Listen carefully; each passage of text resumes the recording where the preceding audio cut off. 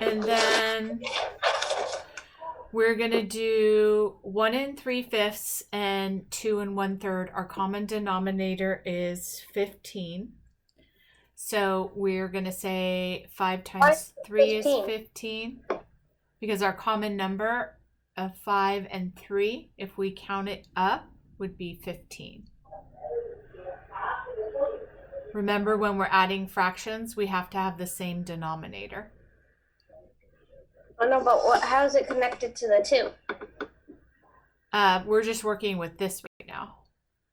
This is our whole number, so we do that later. Right now, we're just dealing with 3/5 and 1/3.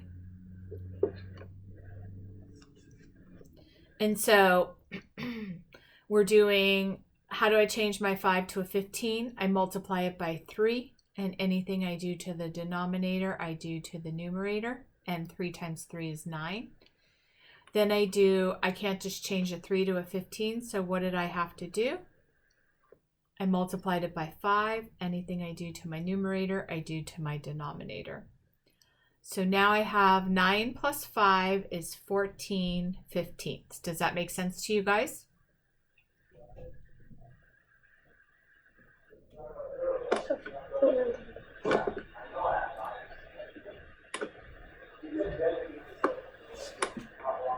You went a little fast how you got the 5, so I didn't understand how I got the 5. I didn't get a 5. They gave me a 5. So my problem was 3/5 and 1/3. Oh, you mean this 5? The one on top of the 15. The one on top of the 15. Oh, because I multiplied this bottom times 5, and anything I do to the denominator, I do to the numerator. So if I multiply my denominator by 5, I have to multiply my numerator by 5. Okay. Does that make sense? Mm-hmm. Do you want me to go over it again, Lila?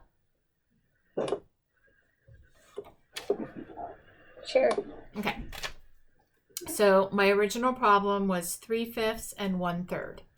So I could write out the factors and say, what does 5 and 3 have in common when I'm counting up?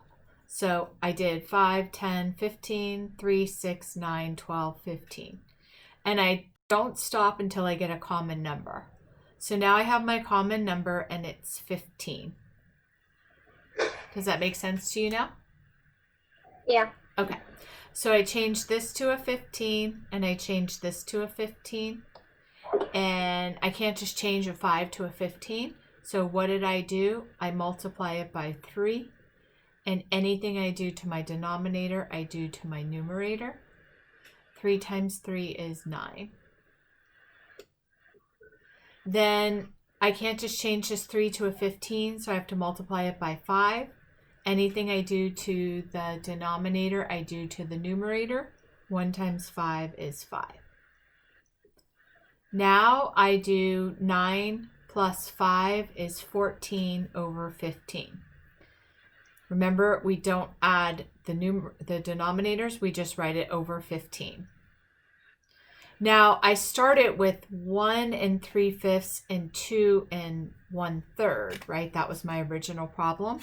So if you just had a fraction, you would be done. We wouldn't have to do anything else. But we have a mixed number, which we talked about before I started recording, was a whole number and a fraction.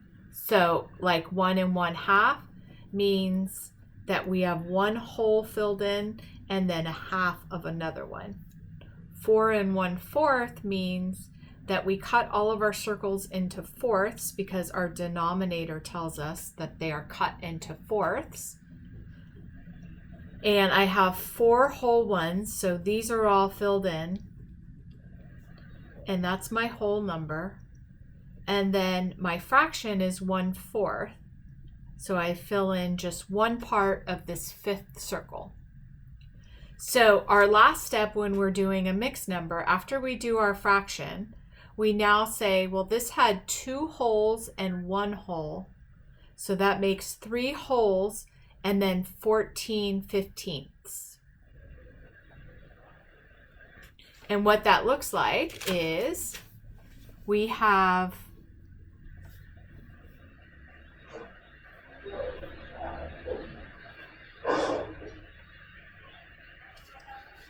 4 boxes, and they're cut into 1, 2, 3, 4, 5 pieces, 15 pieces, right?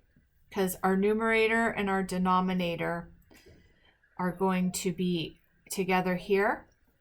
We're going to make 14 of these filled in. And our denominator tells us how many total pieces there are. So the 14 is my numerator, and the 15 is the total number of what I cut my box into. So that's the fraction. And then the whole number would be, these boxes would still be cut into 15, but I would fill all of them in because 3 means 3 wholes. So suppose you had a birthday party and you got square pizzas or rectangle pizzas, and you cut each of the pizzas into 15 pieces, and everybody ate their slices. And when you were done with serving lunch, 3 14/15 of the pizza was gone. That would mean that 14 pieces out of this 15-piece pizza were eaten. And then you guys ate 3 other pizzas that were cut into 15 pieces. And there were no pieces left. You ate the whole entire thing. So that's all a mixed number means. It means that these were completely filled in because that's my whole number. And then the fraction, we would still make a pizza, and we would still cut the pizza into 15 pieces, but only 14 of the pieces of pizza got eaten.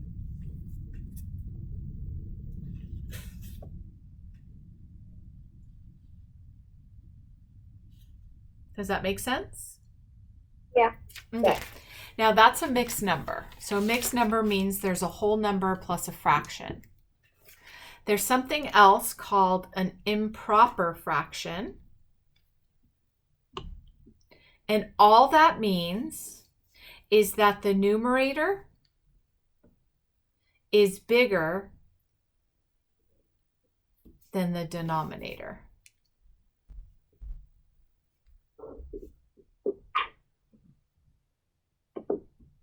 So an example of that would be 5/4. We have a numerator that's bigger than the denominator.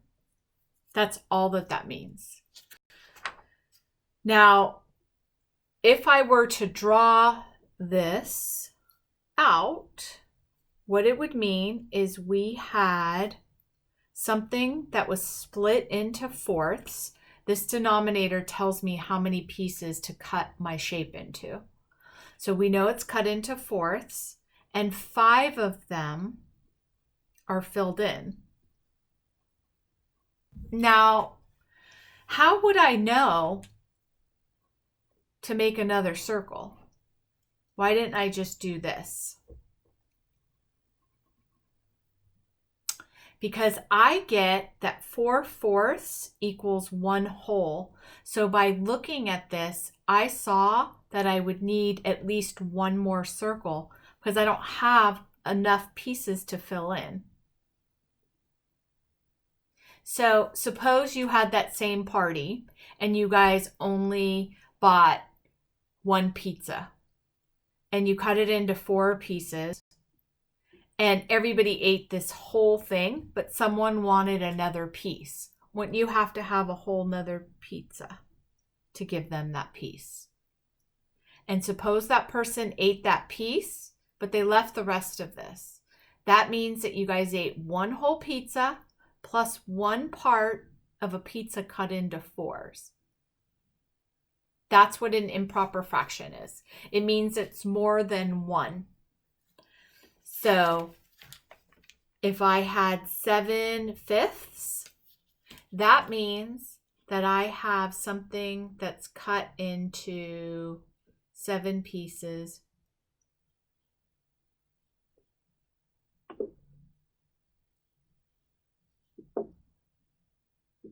Right? Sorry, it's cut into 5 pieces. 1, 2, 3, 4, 5. Okay.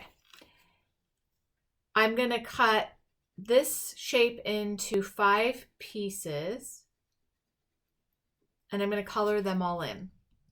That is 5/5, which means 1 whole, right? But I have a 7 here. So for me to be able to color in more boxes to get my 7, I have to make a whole nother shape. So I'm going to cut that shape into fifths because that's what my denominator tells me to do, right? The denominator says I need a shape that has 5 pieces in it. So then, Cade, how many pieces of this shape would I color in if I've already colored in 5? The whole thing. So if I colored in the whole entire thing, that would be 10. Say it again, honey. You don't need to color anything in. Well, I need 7/5. Right now I have 5/5. 2 of them. Yep. So this is 6/5 and this is 7/5.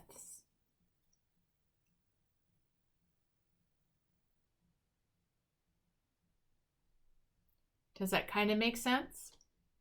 Yeah. Okay. So if I had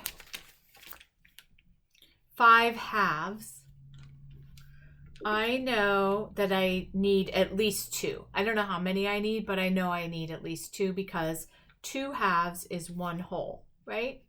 So I'm going to start coloring in 1, 2, and I'm going to keep coloring in until I get to 5, 3, 4. Oh, I need another circle because I don't have enough yet to make my 5th coloring in. So the numerator tells me how many boxes I have to fill in, and the denominator tells me how many pieces my shape is cut into. So 1, 2, 3, 4, 5 is my numerator, and all of these shapes are cut into a half, which means that there's 1 whole plus 1 whole plus 1 half, which equals 2.5 pizzas or pies or shapes.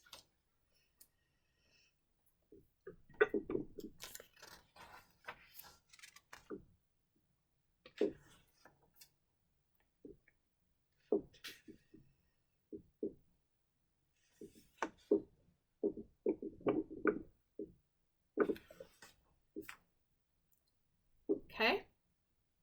Okay. Now, they show it that way, and then they also show it this way. So they show you a shape that's cut into pieces, and then they shade some of those pieces in, and you have to tell them what the improper fraction is. So if we're changing this to an improper fraction, we already know that the numerator has to be bigger than the denominator. So what do you guys think the improper fraction will look like? What would be the numerator and what would be the denominator?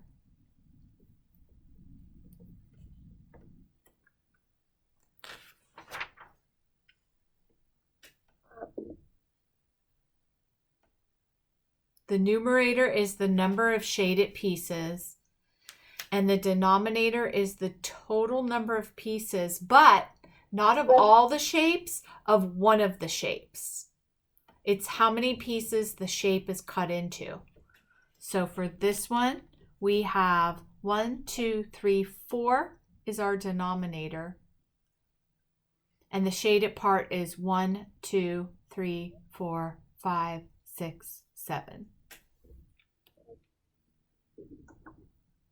So this is what one of the shapes is cut into, not all of them, just one.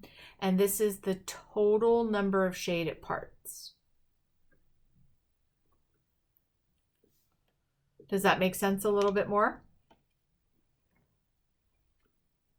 Yeah. Okay. So Cade, can you do this one for me? What would be my numerator and what would be my denominator? The denominator would be 4/2. Which is still very wait. Yeah, and what would my numerator be? 3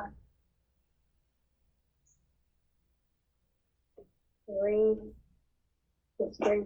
Yep. Okay, Lila. Do I do the bottom one? Yeah. What would my denominator be?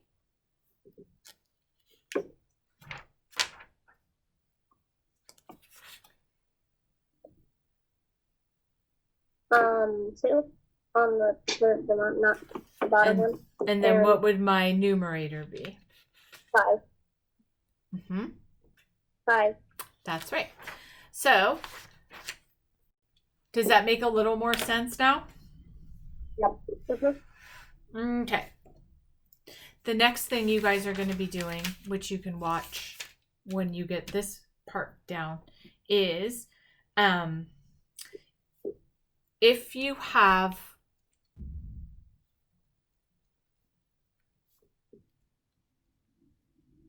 sometimes you're going to have more than one fraction, two fractions that you're adding together, like this one. Normally we just do 2 of them, right? But you can do 3 or 5 or 19. You can do as many fractions as you want.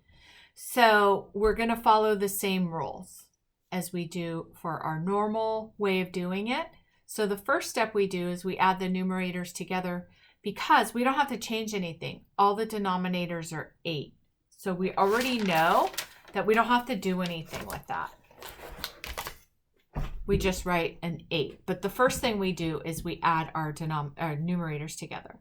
So 7 plus 1 plus 2 is what? 10. Mm-hmm. And what that means is you have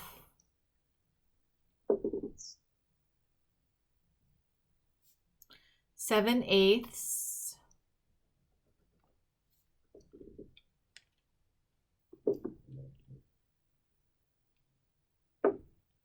and 1/8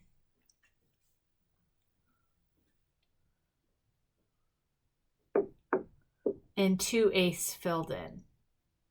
Now, since we have this could fit in here, right? Mm-hmm. Okay, so now we can put that in there. We can get rid of this. We don't need it anymore. Now, how many pieces do we have total? 1, 2, 3, 4, 5, 6, 7, 8, 9, 10, which is our numerator. And then how many slices is this cut into?